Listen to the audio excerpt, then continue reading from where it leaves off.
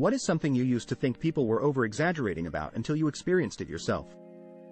How fast time feels like it goes. Every year feels like it's going faster. Migraines. A proper toothache. Back pain. Panic attacks. Anxiety. I thought I understood and didn't understand the big deal until I really felt it. To say it controls you is an understatement. Hot flashes. I didn't think they were this bad. I'm a 31-year-old man who took Wellbutrin for the past month and hot flashes are a side effect. I thought you just thought you were hot. No, motherfucker, you are. You're super hot legitimately, and you have to do something about it or you'll go insane. It's not in your head. It's your brain raising your temps until you can't focus on anything else. Waterboarding. We were drunk and figured, it's just water. Hold your breath and you'll be fine. Then I volunteered to test it out and it was the absolute worst. How much a kidney stone hurts. The death of a pet. I knew it would be horrible, but I thought it was just a few weeks of grieving. I lost one of my cats to illness, and I didn't even cry. I was in so much shock, nothing felt real, and even to this day I still start to choke up when I think about her. Edit. The cat's name was Judy. Reading these replies has me in tears. Our babies are only around for so long, so we have to love them for every second we have them. Using a bidet. I thought it was just weird and unnecessary. But during the great COVID TP shortage, I bought a bidet attachment to save on TP, and what a game changer a bidet is. I feel nasty using TP now. Old people telling when rain was coming based on arthritis symptoms. The difference between humid and dry heat. Skinny dipping feels incredible and miles different than swimming with a bathing suit on. Tinnitus. It's torture. PTSD. I had no fucking clue why my friend would just randomly flip the UCK out. Welp. Now Edo. And I feel terrible for not being a better friend. Chronic illness. There is absolutely no way you can truly understand the impact unless you experience it. Insomnia. Restless leg syndrome. I went to rehab and got clean from multiple substances in July 2021 and developed it about a month or so into sobriety. Holy UCK. I definitely thought it was just like some kind of tic where you had to move your legs, but that is not the ucking case at all. Edit. My doctor prescribed me baclofen, which is a muscle relaxer and that has helped tremendously. Honestly, addiction. When I was in junior high, my dad had an injury at work that ultimately resulted in a pretty bad opiate addiction. I didn't understand how someone could prioritize a pill to such an extent or how awful they could be if they didn't have it. And then I grew into a person with crippling anxiety who discovered Xanax. The rest is a decade-long story of how I learned empathy and a lot of other hard lessons. But to have been so naive. Sigh.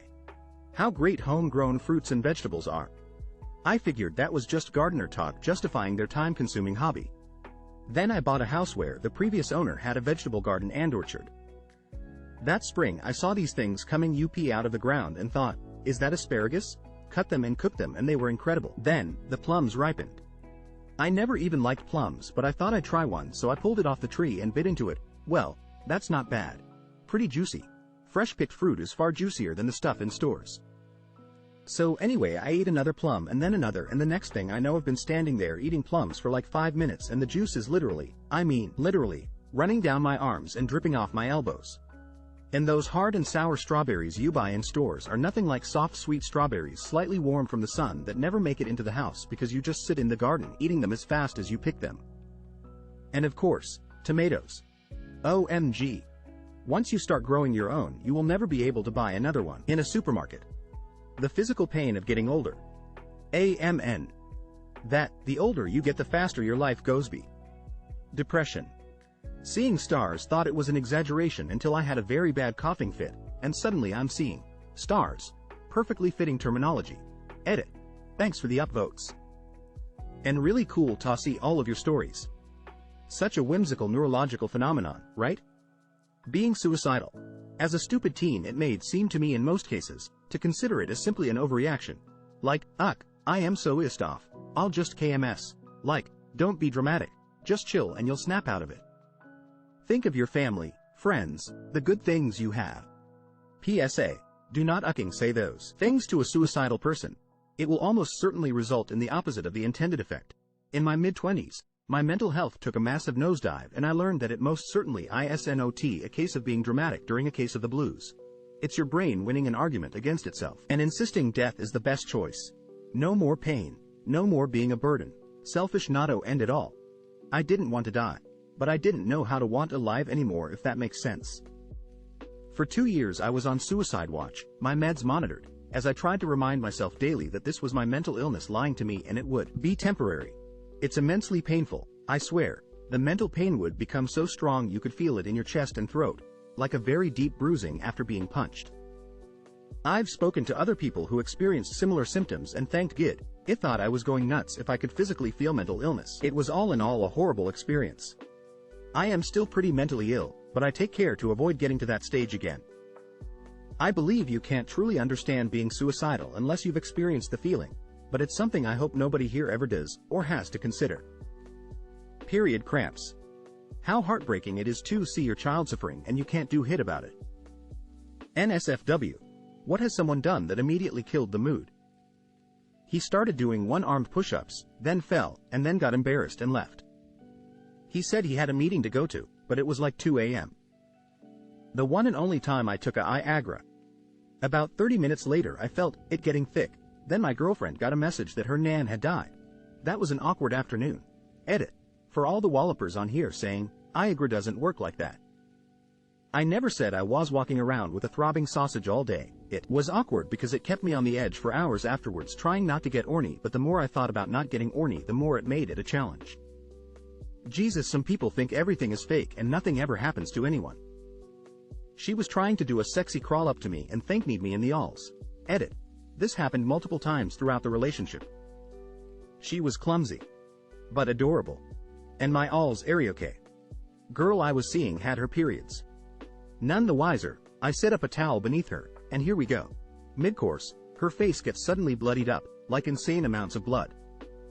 My first thought, wow, it has sprinkled all over the place, never seen that. She probably ruined my sheets. Yeah, no, that was my nose bleeding profusely on her face. I'm glad it made her laugh though. But the mood was definitely ruined.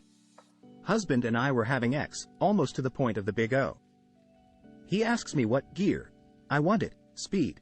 Sometimes I like it fast, sometimes I like it slow. I moan 7. Literally 2 pumps away from climaxing, he immediately stops. And says to me there are only 6 gears in a car. He was being so serious too. Almost like he got mad and got off. Never got the big O pensive face. She asked if she could suck everyone's ick in a party. It was me and 4 other dudes and her brother was with us. After that everything was awkward and her brother was pretty angry at her for asking it so casually. He stopped and said, I'm gonna toot, which was fine. But then it came out and legit sounded like toot, and we both died laughing. We're engaged now. My wife and I were having X.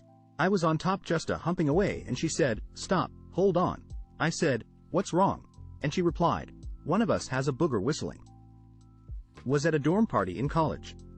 We were all just hanging out in the dorm and laughing. Some people started throwing dares around, we all had a few beers and it was a night to remember.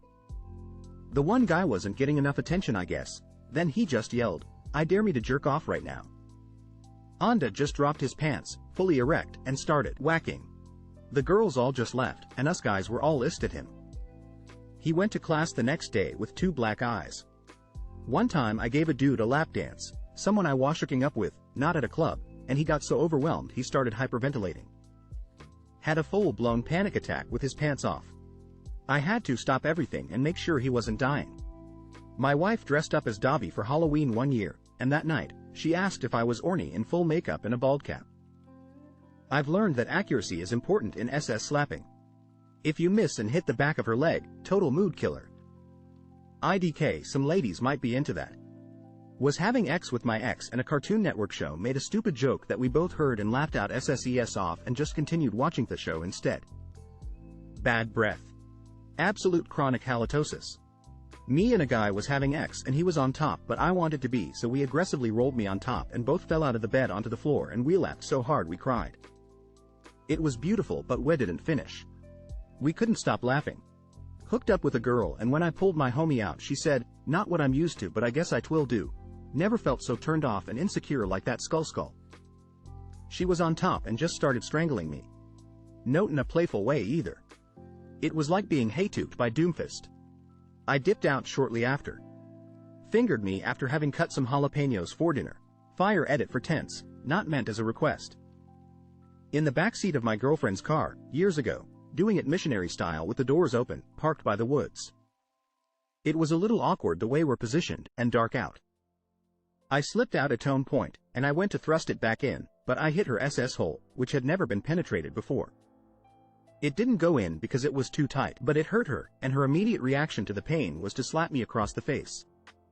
She apologized, and we laughed about it, but it pretty much killed the mood. We decided the backseat of her car wasn't the best place after that. Had a girlfriend that wanted to try null. We didn't tree anything to prepare her. No fingers, toys plug. She grabbed some lube and just went for it on top of me. The tip had just barely poked in before she just dead SS collapsed on top of me. Like a puppethad, its strings cut.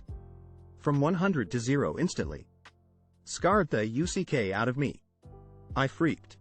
I got up, laid her on her side, put my clothes on, slid her skirt on hair and called 911. I was 16 and it may have been that lady's funniest phone call of her life. Just panicked words of null penetration and unconsciousness. She woke up before the ambulance showed up and asked me if we finished. I was like you PDFO'd, I called the hospital. She didn't wipe very good, and when she took her underwear off there was a nickel-sized erd in her thong. It was ucking disgusting. Bit my left nut. Instant wonder killer. I said, "Who's your daddy?" and she said her dad's name. It's not it was his fault or anything, but we were going at it missionary in the middle of the night and he kept sniffling like he was crying or something. I asked what was wrong and he said heffled his nose was running way more than it should. Turned on the lights and I was covered in his nosebleed. Ended pretty quick as I was horrified. Wanted a shower.